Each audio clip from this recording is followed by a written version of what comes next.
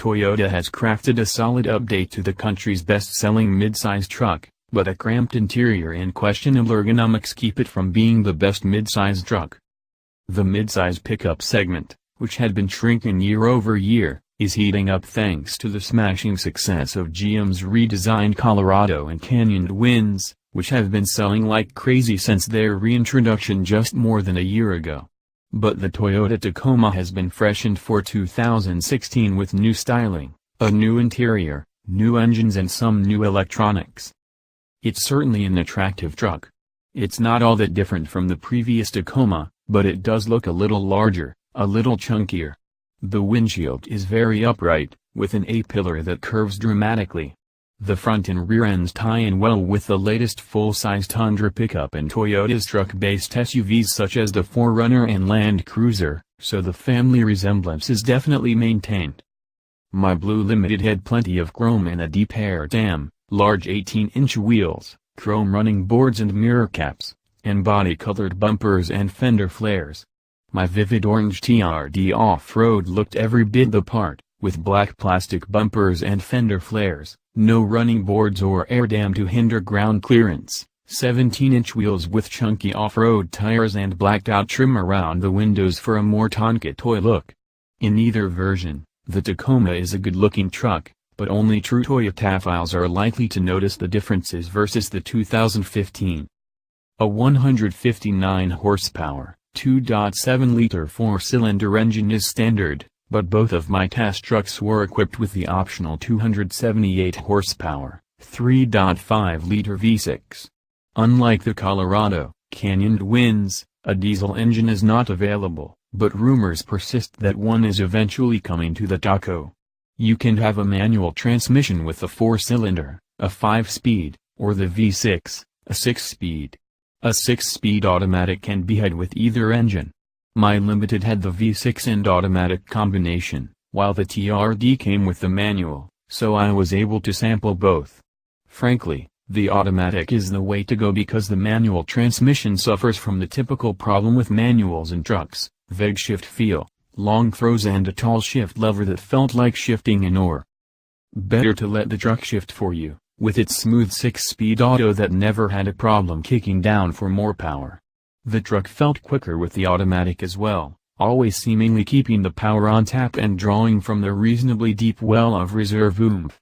Despite not being as powerful on paper as the GM trucks, it feels quicker, possibly due to its transmission gearing. Handling is nothing special, it feels well controlled in either version, with pronounced body roll in both the Limited and TRD Off Road, which has a softer suspension. The upside to this softness is good ride quality, as little in the way of pavement irregularity disturbs the occupants. Just as in the Colorado's E71 off-road trim, the Tacoma's off-road suspension is actually my preferred one. It soaks up bumps and potholes with much better control than the standard suspension. Getting into the Tacoma is a bit of a contortion act, for despite the truck's large overall size, the cabin itself is not spacious. The biggest deficit comes in the headroom department. Being 6 feet tall, I have to duck while stepping up and into the Tacoma's reasonably sized seats. And once there, the lack of headroom and inability of the driver's seat to be lowered sufficiently means that my head touches the headliner on the TRD Off Road. Different, thicker leather seats in the Limited mean that my head is actually inside the moonroof opening on that model, canted at about 20 degrees from upright, or else I simply can't sit in the truck without hunching over. Get rid of the moonroof, and this problem is ameliorated somewhat, as I found out from a brief spin in a buddy's new 16 TRD Off-Road that lacked that feature. This is not a problem encountered in the Colorado, which has plenty of headroom and no need to duck when sliding up into the driver's seat. The switch arrangement in the Tacoma leaves much to be desired. The low position of the dash and controls combines with the high seating position to leave you hunting for climate controls and other buttons while on the fly.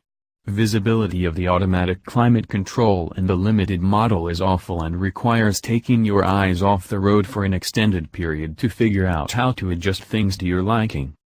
The Tacoma features a choice of bed styles, 60.5 inches or 73.7 inches long, dependent on which body style you've chosen. My test vehicle's short beds provided plenty of cargo room for hauling well over a dozen bags of lawn refuse to the city recycling center. The optional hard tonneau cover is easy to remove with just a single bolt and a couple of latches. I did not do any towing with the Tacoma, but the strong V6 engine feels like it would have little problem tackling most jobs thrown at it. The Tacoma can be equipped to tow up to 6,800 pounds with the V6, with a maximum payload rating of 1,620 pounds, ironically, in the much less powerful 4-cylinder model. This is less than the Colorado can haul, rated at 7,000 pounds for the V6 model, and up to 7,700 pounds for the available diesel engine in the Crew Cab 2WD model.